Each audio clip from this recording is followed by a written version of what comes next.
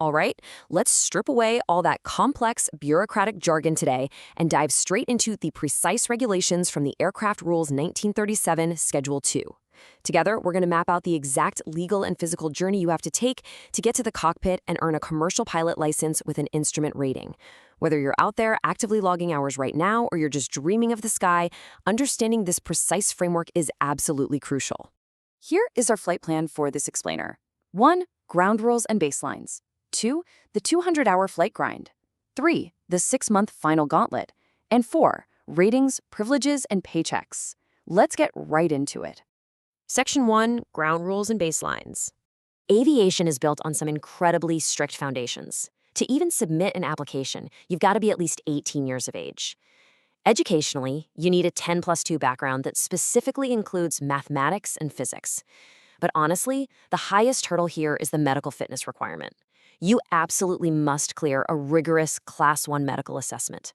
Now, this isn't your standard everyday physical. It's an incredibly thorough evaluation of your vision, your hearing, heart health, and your overall physiological readiness to handle the immense stresses of commercial flight. And before you even step foot in a plane, there's a sheer volume of written exams you have to survive. These are highly technical tests conducted by India's Directorate General of Civil Aviation, or DGCA. You've got to master air regulations, meaning the actual laws of the sky. You have to conquer air navigation and aviation meteorology, mostly because understanding the weather is literally the difference between life and death up there. You also have to pass the technical general exams, and finally, technical specific exams that focus entirely on the exact aircraft you'll be flying. So we're talking about planes like a Cessna 172, a Cessna 152, or a Partnavia P-68. It's a seriously intense academic workload. Hey, before you even think about putting on a headset and communicating with the tower, you've got to meet these critical definitions. The sky is an international space, right? And the language of the sky is English. You have to prove an English language proficiency, or ELP, of level 4 or above. Couple that with securing your radio telephony restricted license, the RTR, and you are legally cleared to talk on aviation frequencies. Without these, you're grounded. Moving right along to Section 2, the 200-hour flight grind. Okay, so the crucial milestone here is a massive requirement. You have to accumulate 200 total hours of flight time. Let that sink in for a second. 200 hours airborne. This is exactly where all that theory translates into muscle memory and where students are truly forged into commercial pilots. But here's the thing. You can't just fly around aimlessly to hit this number. It is highly, highly structured. The bulk of those 200 hours are legally divided up to build very specific skill sets. First, the DGCA demands 100 hours as pilot in command. That means for 100 hours, you are the absolute final authority on that aircraft. Next up, you need 50 hours flying solo cross-country, navigating entirely alone from one airport to another. Finally, you need 40 hours of instrument time. This is where you learn how to fly through clouds with zero outside visibility, relying entirely on your dashboard dials. Though it's worth noting that up to 20 hours of this instrument time can actually be completed in an approved simulator. Embedded right within those cross-country hours is what I'd call a legendary milestone. To truly grasp the isolation, the sheer scale of planning, and the responsibility of this requirement, just imagine navigating an aircraft entirely by yourself across a staggering 300 nautical miles. You're checking weather systems, you're monitoring your fuel burn, communicating with different air traffic control sectors, and managing the entire aircraft, all completely alone. It is the ultimate test of your self-reliance before you transition into the final phase of your training. Section 3, the 6-month final gauntlet. You see, regulators don't just care that you did the work at some point.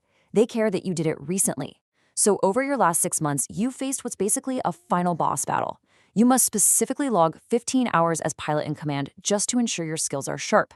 You also have to log 5 critical hours as pilot in command at night, operating in the dark. And finally, you need 5 hours of actual aircraft instrument time. Remember how earlier I said you could use a simulator for some instrument time? Well, scratch that for this window. In this final 6 months, these 5 hours must be logged in the actual physical aircraft. But just logging those hours? Yeah, that isn't enough.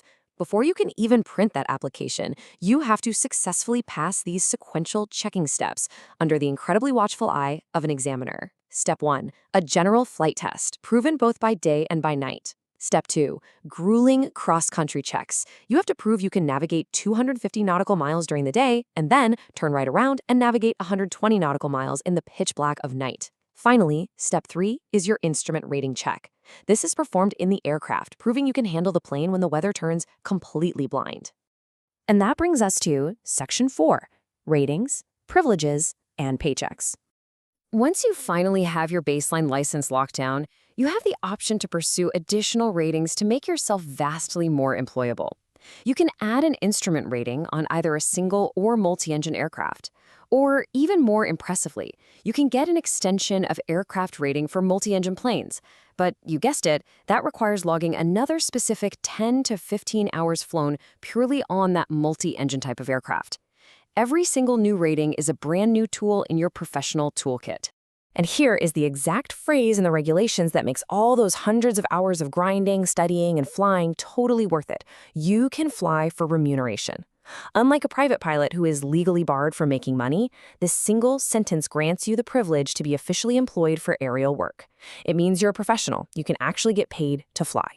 When you look at the 1937 aircraft rules broken down this transparently, you realize pretty quickly that earning a commercial pilot license isn't just an educational milestone. It's a profound test of endurance, intellect, and physical capability. As we wrap up this explainer on the exhaustive legal and physical demands required to earn your commercial wings, it leaves us with one provocative question. After seeing the exact blueprint of the grind, the gauntlet, and the glory, do you have what it takes? Thanks for joining me on this explainer, and I'll catch you on the next one.